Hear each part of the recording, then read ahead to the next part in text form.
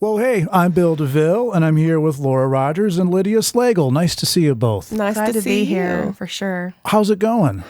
It's good. It's going. I take it you're in the midst of a tour right now? We are. Yeah, we are on the last of 4 shows on this little run in Minneapolis.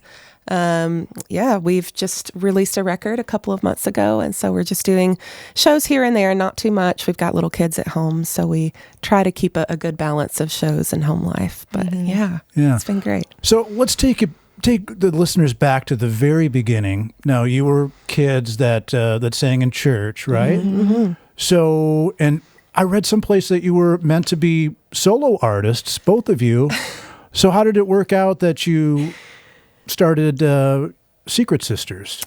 I don't know if we were meant to be solo artists. I certainly wanted to be a singer my whole life. I always sang, at family reunions and at 4-H talent shows growing up. And Laura had horrible stage fright and would not do any of that until she auditioned for a record label that was holding open auditions in Nashville just to conquer her stage fright. I did not want a record deal. I did not want to be an artist. I just wanted to be able to sing at a campfire with my friends. And she did that on her own. And they liked her voice and started talking record deals. And she was like, hang on, I have a sister. I would love for you to hear her. So I drove up to Nashville from our hometown, and they liked me too. And all of a sudden, Dave Cobb, who was one of the judges on the panel, Who's asked, like Mr. It Americana producer nowadays. He asked if we ever sang anything together, and we knew that we could, but never really had.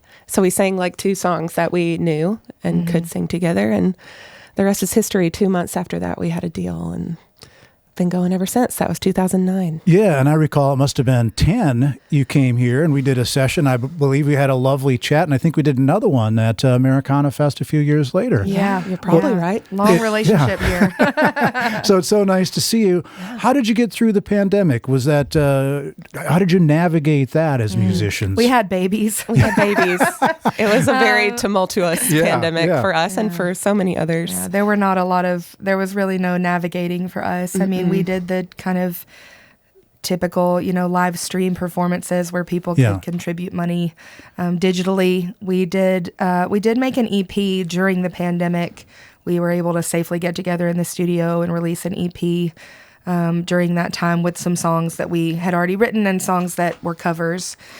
So we were able to kind of, stoke the fire a little bit. We released our 4th record, Saturn Return, in, I believe, February or March of 2020, right before everything and then shut down. You weren't able to go out and tour in support of the... that happened to so many artists. They totally lost steam because they made a really great record, but they weren't able to bring the show to the people. We were all set to be on a bus for the first time and bring a nanny out because we had little babies. Just everything shut down. So now we feel like we're playing catch up with 2 records to promote.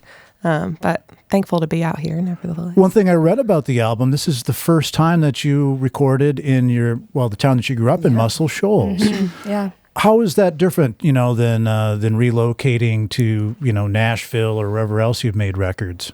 I think it was really good for just kind of the sound of the record for me. I mean, when I listen to it, I think it sounds so different than our other records. And I really think that at least for the 2 of us, we take on kind of a geographical identity in the records that we make based on where they are. And, I love all of our other records, no matter where they were recorded, but there was something really sentimental and kind of full circle that felt like it happened with this record, and of course being in Fame Studios where Aretha Franklin sang. That was my next question. Yeah, what's it like recording in a studio that has, let's see, Aretha Franklin, Wilson Pickett, Etta James, Paul Simon. I mean, it was just Jason Isbell. I mean, so much great music from the 60s and 70s, but even since then, you can definitely feel kind of an energetic shift, I think, in there.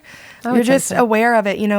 What I love about Fame is that it feels like you're walking into a studio in the mid-70s. They have not changed much of the decor at all. Yeah, the decor is the same, and you see all the pictures on the walls, and you can't help but just kind of draw inspiration from that. You're definitely reminded of it all the time because they had tours coming through. Like twice a day we would be in the middle of a session and then a group of 50 people would walk in and we'd have to stop. And can you feel the ghosts and the history in your place like that? I felt something. I don't know if it was a ghost, but it felt like a different, like you said, like a shift. Some places are just sacred. They're just sacred, and there's something really special that happened there, and you just can't help but feel that there's like a reverence there when you walk in. Yeah. I can imagine.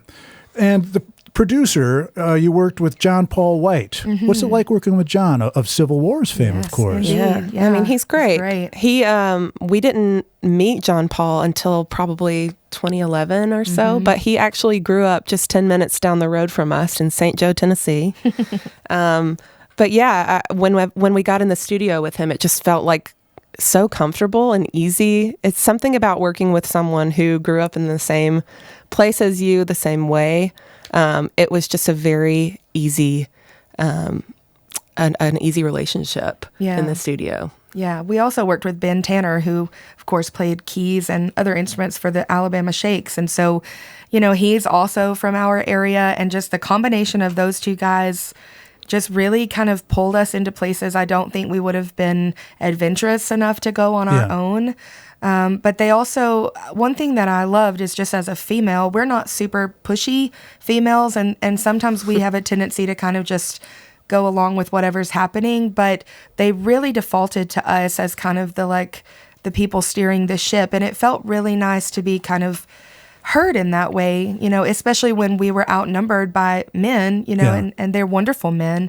And I expected no less, but it was just very nice to be recognized as kind of like the creator of these songs and the one who knows the best way to translate them in a live show and the best way to capture what the song is inspired by. And they really catered to that with us. And most of the time we agreed on where the direction should be, but they were really attentive to what we wanted with this record. Yeah. One thing about Muscle Shoals, I always hear, I interviewed Jason Isbell more than once, and we've talked about this before too.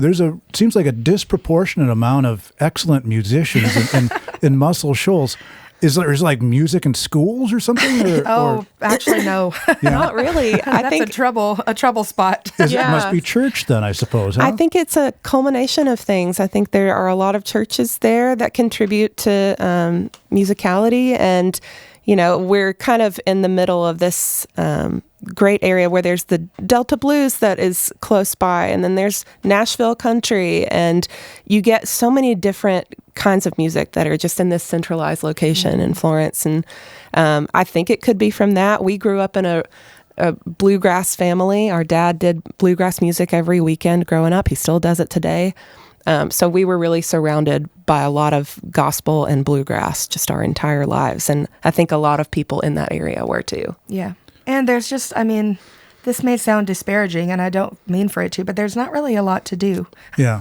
When you're just a kid growing up in the country, you can either get into sports, affiliated with your school, or you can kind of get into music. And other than that, some kind of creative. Yeah, creative path. But there aren't really many things like that. And I think that we both loved music as just kind of a family tradition and pastime, but there never really seemed to be any very strong avenues to make a career out of that. And that's why us having a career in music is still astonishing to the two of us, because we were not, grooming ourselves to be performers or a professional band in any way. It just kind of happened really accidentally and unintentionally. And it's a shame that there aren't more kind of platforms and opportunities for people in our area, because we are rich with talent. And, we tell people a lot of times that in the early days when we got, discovered, we were so shocked that there was any value in what we did, because we're so used to people being good singers who harmonize together. And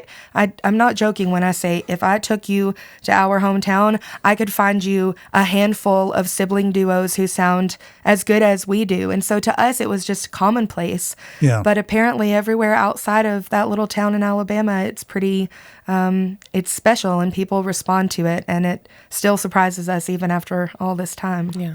Your story sounds so much like it could have been something that they portrayed in American Idol or something. It felt that way. You kind of missed that era, didn't you? You're a little too early for that. I think so, yeah. I actually remember at the audition, I remember going in and thinking, there's got to be some like catch to this. Like I better not sign anything because I might sign away any freedom that I had. Because even then, that was unheard of. An open audition for a major record label, you didn't hear of things like that happening. So it did seem like a scam to a lot of people. It seemed sketchy. And I was very hesitant, when they started talking about doing a record deal and getting into the studio and recording things, I was thinking, I'm about to have to sign my life away if I want to do any of these things. But it was not there was not a catch to it. It was just people who really wanted to do a talent search in our area. And for some reason, what we do at home as kids was appealing. Yeah. Yeah.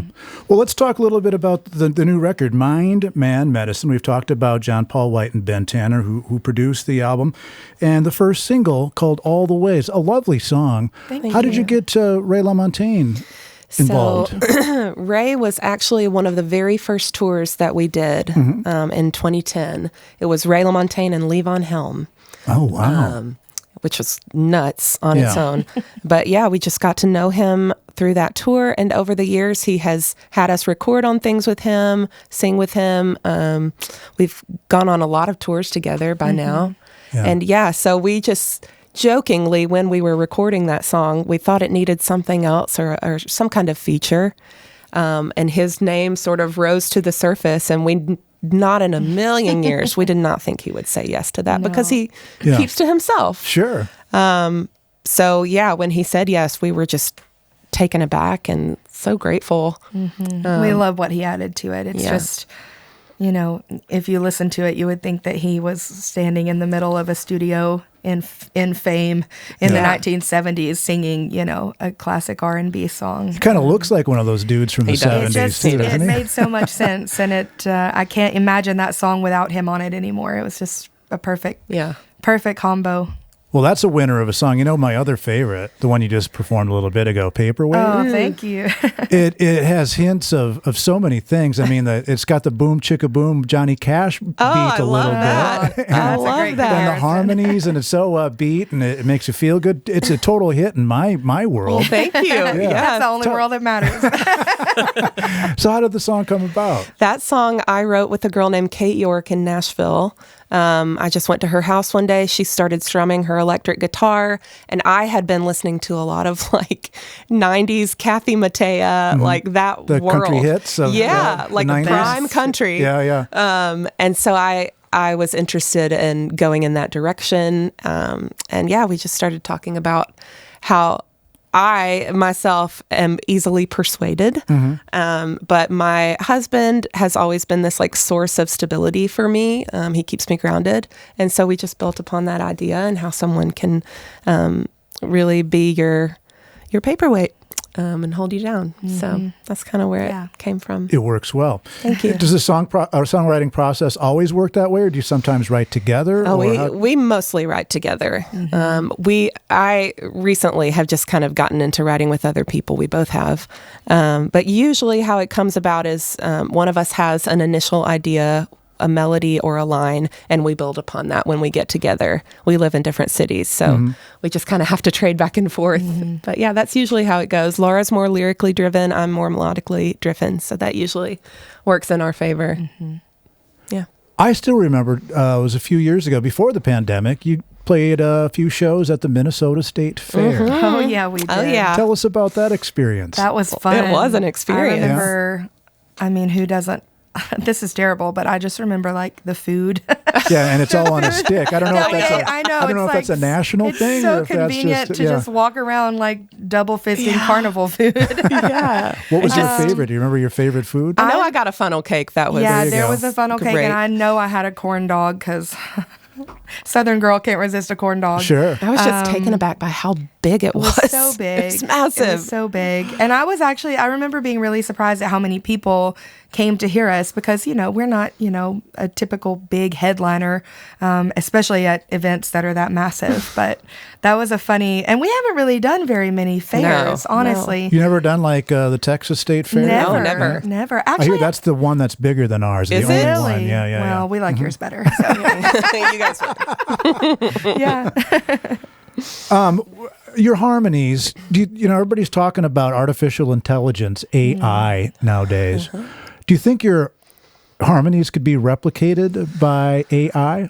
I don't know. I sure hope and your not. sound in general? I actually have heard some. I've heard a friend of mine said that she told some AI program to write a song in the style of the Secret Sisters, and it was remarkably similar. I mean, a lot of the imagery and the way that the words were put together was kind of similar to what we do, but I think what's going to be our saving grace from AI is the fact that people want to be together when they share music. I mean, you may be able to make a beautiful record with AI, but you cannot replicate that live. And the thing is, the records that we feel are the most kind of perfect sounding are actually not nearly as powerful as the ones that are flawed. And then, we also have people who come to our shows and they're like, I love your record, but when I see you in person, it just does something completely different. And I think that that's the one advantage that we have over things like that is that it can't replicate the human connection when two hearts share that moment together. And, I don't think music should ever be about perfection. And to me, when I listen to AI generated things, it's entirely too perfect. And it's not human, of course. And I think that's what most people respond to in music is the human element. So, but it is really terrifying. Yeah, it is. It's scary. It's something that I think we need to be cautious and concerned about. I'm sure laws in place. Some beneficial aspects to it, but for the creative arts, it's probably detrimental.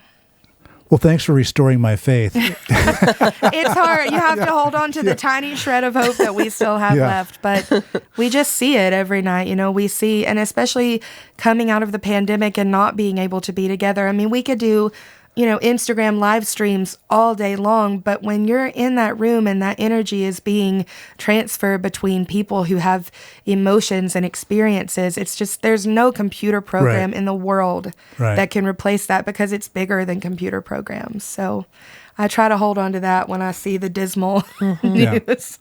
Laura, Lydia, so nice to have you here. Thank you, Bill. We're glad to be here. We appreciate all the support that you've given us through the years. So. You bet. The Secret Sisters, and I can't wait for your show tonight.